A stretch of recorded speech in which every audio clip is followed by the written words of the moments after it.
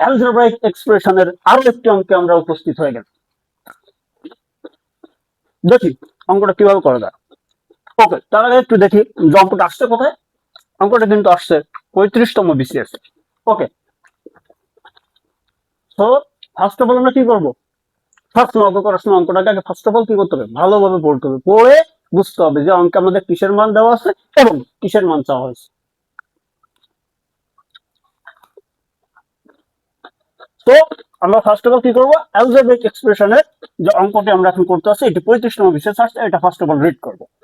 X এর পাওয়ার দেওয়া আছে মাইনাস কিউব মাইনাস 0.001 ইকুয়াল 0 হলে এক্স স্কোয়ারের মান কত। ওকে, এখানে কিন্তু চারটি অপশন দেওয়া আছে, কত আছে 100, কত আছে 1/10, গত আছে 10 এবং গত আছে 1/100।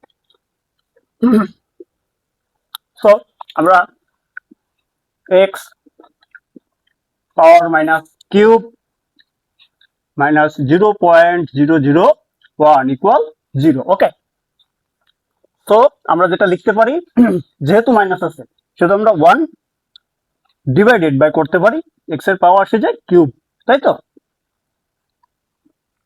কিউব। ওকে, মাইনাস এখানে যদি আমরা 1 ডিভাইডেড বাই করি তাহলে দশমিকের পরে যেগুলো কি আছে শূন্য আছে সেগুলো সব একের পরে 1 2 3, কারণ দশমিকের পরে কয়টা সংখ্যা আছে, 3টা সংখ্যা,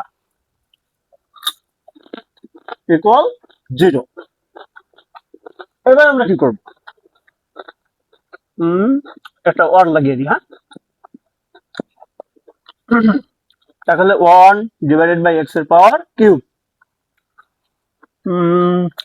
আমরা এটাকে যদি সাইড চেঞ্জ করে দিই তাহলে কি করা যায়, তাহলে মাইনাস থাকলে এই সাইডটা আসলে প্লাস হয়ে গেল 1 ডিভাইডেড বাই, যেহেতু কিউব আছে তো আমরা ওখানে এমন একটি সংখ্যা আনবো যার উপরে কিউব করলে এই 1000 মানটি হবে।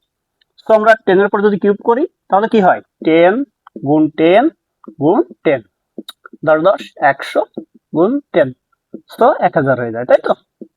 ওকে, তো এখানে যদি আমরা লিখি or x equal cube cube যদি বাদ দিই তাহলে থাকে কত, 10 থাকে, কিন্তু আমাদেরকে 10 চাওয়া হয়নি, আমাদের তো এক্স এর মান চাওয়া হয়নি, আমাদেরকে কিসের মান চাওয়া হয়েছে,